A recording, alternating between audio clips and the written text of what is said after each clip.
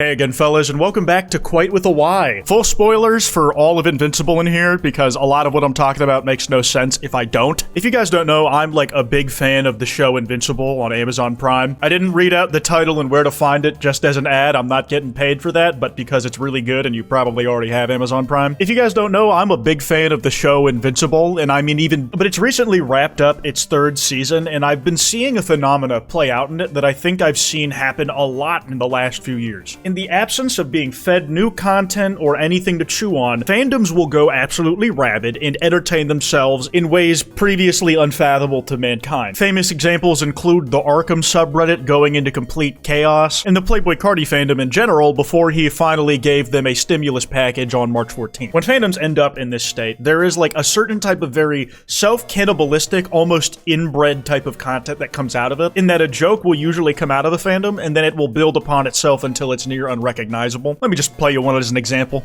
I had a pretty interesting day. Are you sure? Guess who's finally getting his powers? Are you sure?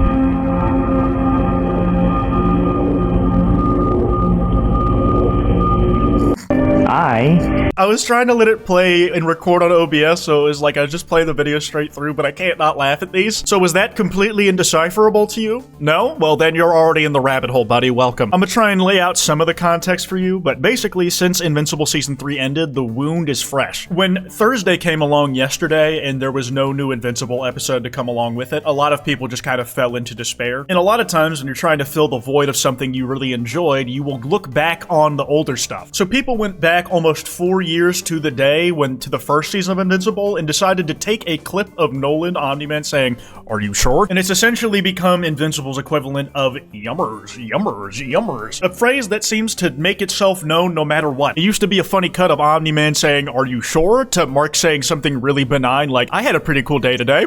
Are you sure?" Now you have stuff like this where they're swapping faces back and forth and have each other's lines. The random official character art popping on screen I can only imagine is a reference to the animation quality in Invincible being very variable. Without saying who died, in a funeral scene, there is a bit where Invincible is just standing in the exact same pose he does in the character sheet art. But he's got some casts on, so you can tell he's been in a fight recently. Scrolling through this, it doesn't get much easier to decipher. Omni-Man loses and regains his mustache at random intervals. Sometimes he has Mark's face when he does, other times he doesn't. Like, we're barely scratching the tip of what we're going through. Just expect to hear the term "are you sure" a lot. I haven't even seen an actual Invincible analog horror before. It seems like every franchise that ever exists gets some version of one. But no, I saw this edit before I ever saw a horror take on the universe, which, honestly, I think there's a lot of room to work with there. At least in concept. I doubt somebody would have the budget to pull it off on their own. I had a pretty interesting day.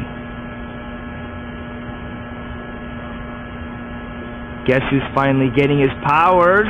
The FNAF 1 office ambience in the background is really throwing me for a loop. The jump scare noise it used was also from Five Nights at Freddy's. I'm pretty sure that was the original Golden Freddy scream. Listen, I'm not just here on Autism Watch. I'm going somewhere with this. I just haven't figured out where. There's a lot of subtle foreshadowing that you might see in an analog horror, like the flash of somebody's face who's a character that'll come up later, maybe be important down the line. Instead, we're getting flashes of Mark just going through it. Omni-Man tweaking out. Thank you to whoever made this a black and white edit so I don't have to censor blood or the wine because drinking is bad.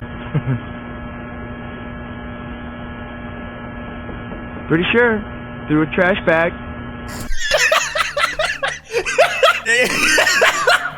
Dude, it's just the face, man. I can't. I'm sorry. I'm live reacting to some of these. I had some of this written out ahead of time, but it's just getting the better of me. Just the idea of Mark trying to fill the awkward silence by saying, "Yeah, I'm pretty sure," without being prompted. "I think I'm getting my powers, Dad. Why are you looking at me like that? I don't really like the face you're making, man." Into space. At work.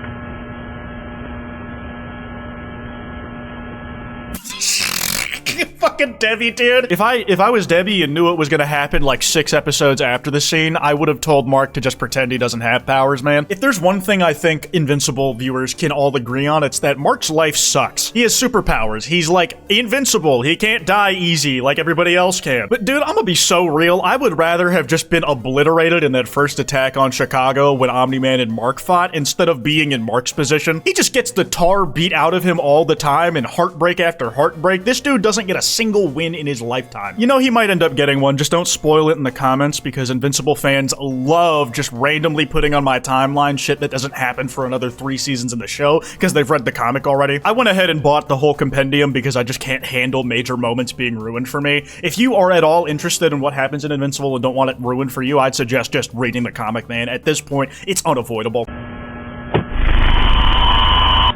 Oh, there's that Slender Man sound effect. We love to hear it. Oh, that's great, son, just great. If you're up for it, I'll make some time tomorrow for training. That's word for he's gonna beat the snot out of you, Mark. Run! Okay, what the hell is this? You lied to me. Are you sure? Objectively, in the show, Nolan manipulated the shit out of everybody around him for the better part of like 2 decades, including his own son, lying to him about Viltrum being some benevolent overlords of an empire. So yeah, you know what? In this position, I would try manipulating my son one more time. I've really never gotten the opportunity to gaslight him before. I mean, first time for everything. Are you sure? So if I wasn't, I'd just be one more human to conquer. No, this doesn't make any sense. You love me. You love Mom! I know you do! Are you sure?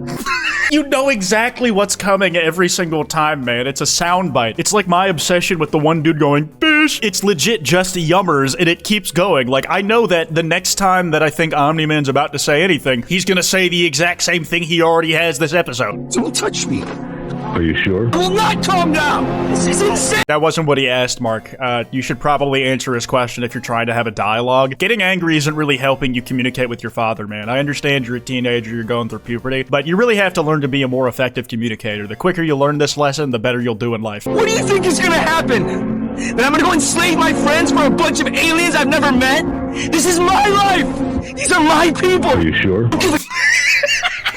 Are you sure? Are you sure? I love how they barely changed Mark's dialogue at all, but if Omni-Man were saying, "Are you sure?" in response to all of them, these would be pretty sensible responses. Like, what do you mean, am I sure? I shit about Viltrum, and I don't care if I live a fucking million years. This is my home, and I won't let you destroy it. Are you sure? I know exactly what I'm saying.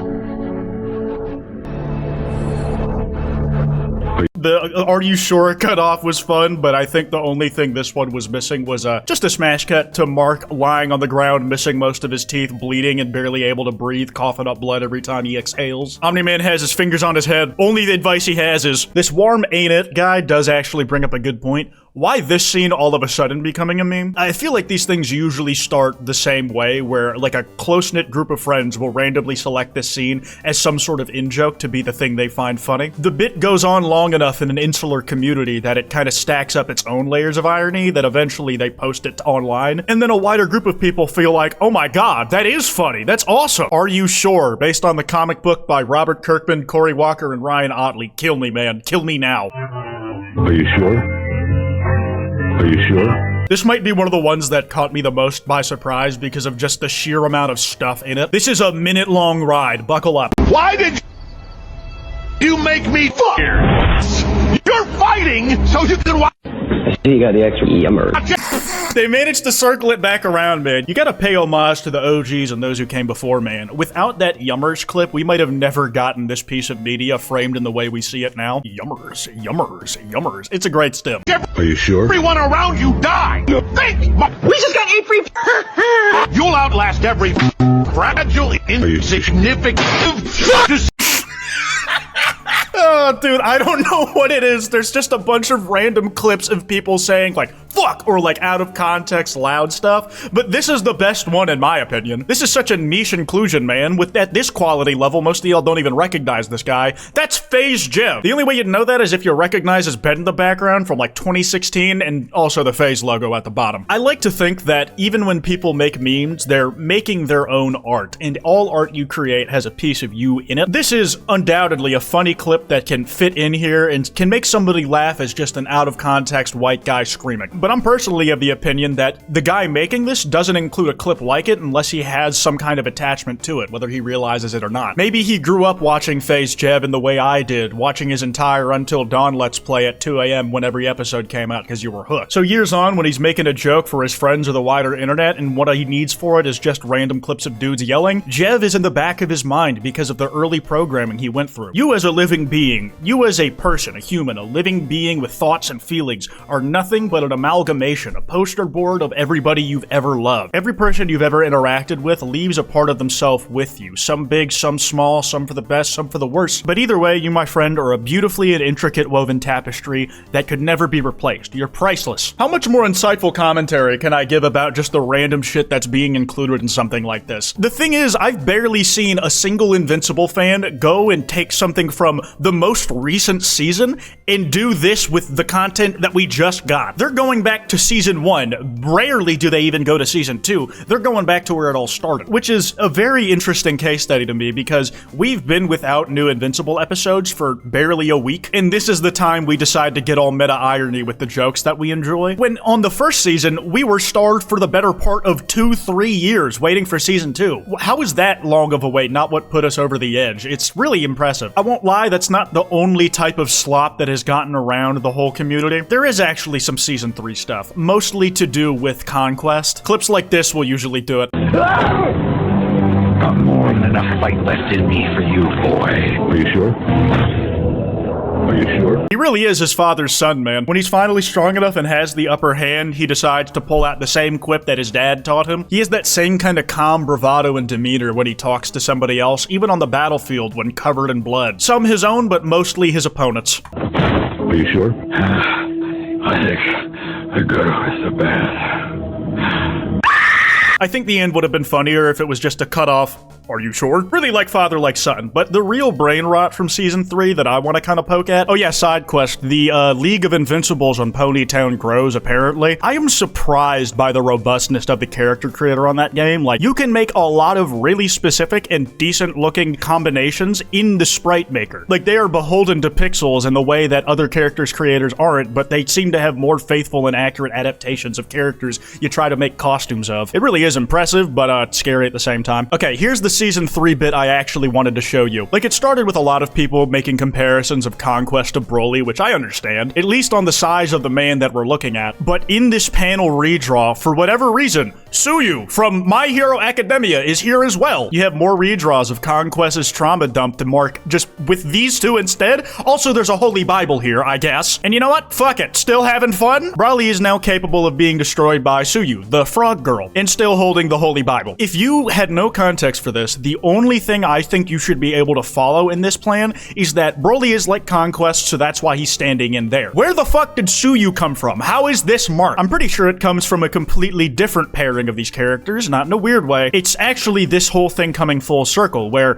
Suyu is reading a Bible, and Broly is also a very faithful Christian Roman Catholic. They're in Bible study together, and one is notably larger than the other. That is why they are stand-ins for Mark in Conquest as far as I can tell. Man, this ship is sinking fast. I can't wait to see how bad this gets with Season 4. Yeah, that's all I got. That kwytebox@gmail.com email is open if you guys want to send me any topics to cover. Anyways, yeah, that's all I got. Piss off.